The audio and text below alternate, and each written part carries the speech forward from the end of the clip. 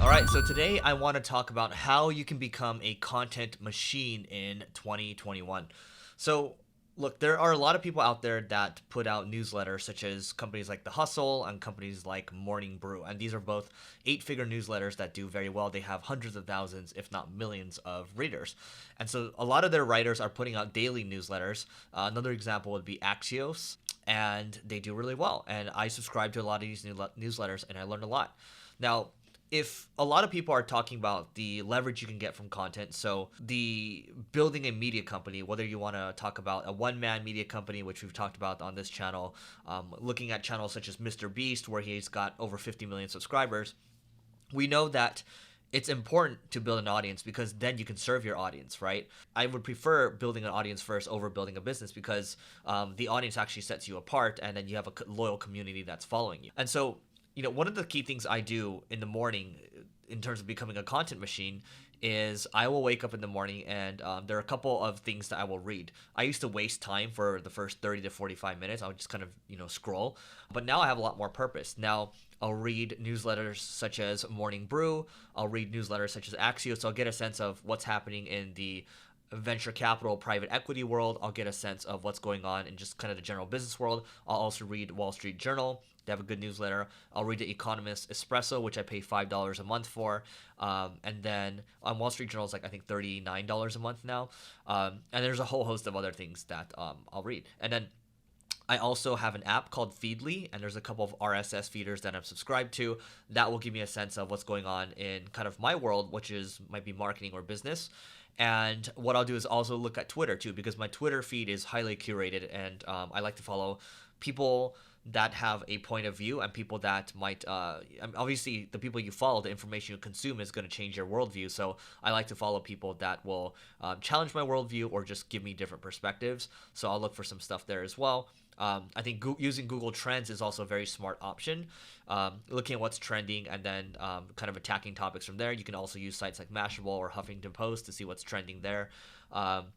I would also set up some Google alerts as well for keywords that maybe there's some certain websites you're following or certain keywords that you want to follow. So, for example, a keyword might be maybe you have maybe your website's about climate change, so maybe you follow that keyword and you see what's coming, and so you can attack it quickly, and you can approach things from a newsjacking perspective where you can ride the wave as a topic is trending up. You can come in and ride the wave, and I'll give you an example of that.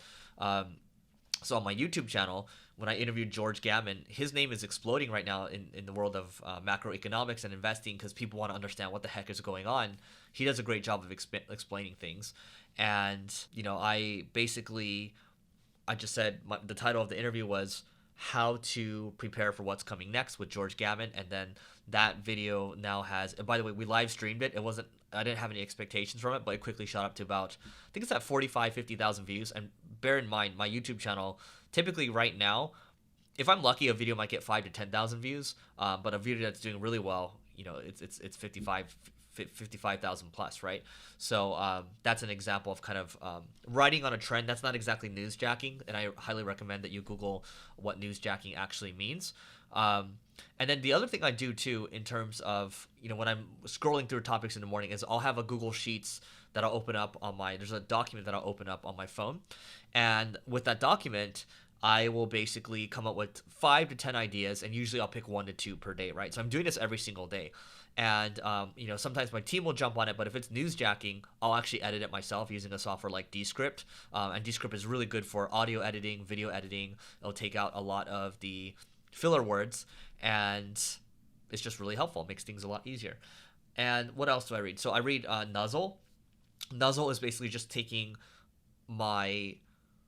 top articles that my followers, that who I'm following on Twitter, what they're actually sharing. So if 10 people that I'm following are sharing something, it's probably pretty important to take a look at. And the other thing I'll say is I will batch out my days, right? Because obviously I have important meetings around different companies, and maybe there are other things that are involved, such as, let's say I'm going through a book launch right now as well. So there's just a lot that's going on during the week. So Thursdays are typically the day that I dedicate towards content, right? So for the Marketing School podcast, Leveling Up interviews, and for the videos I'm doing right now, I try to do them either over the weekend, or I try to do, crank out a couple per day, right? If we're trying to newsjack stuff, and then we'll throw it up on YouTube. But the key thing is if you want to become a content machine, you got to be out there consuming stuff, or you got to be amazing at coming up with ideas, right? So you probably have to block out time. For me, because my goal is to learn and also to educate, I'm better off consuming content and figuring out, okay, what's my angle on it? How do I come up with a good headline? And then how do I attack it, right?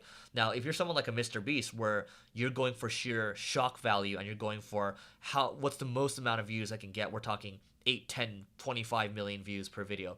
You got to go for something big, like giving away $1 million or giving away a Lamborghini, right? That stuff's going to do well, and a lot of people are going to know who you are. So that's what I would say. And then in terms of being a content machine, thinking about, hey, how can I become consistent? So not only can I have a point of view, but how can I stay consistent and not lose hope over time? Because usually content is anywhere from a 12 to 24 month journey. And I'll say that looking at the YouTube channel, it takes a long time. Blog takes a long time. Blog probably took 4 or 5 years for us. YouTube to reach 53,000 or so, probably from about 2000, took about 3 years or so. My podcasts, to get to, let's just say, 1.6 million downloads a month, I had to go through my first podcast to get to this level. So let's just call it maybe 7 years to get there.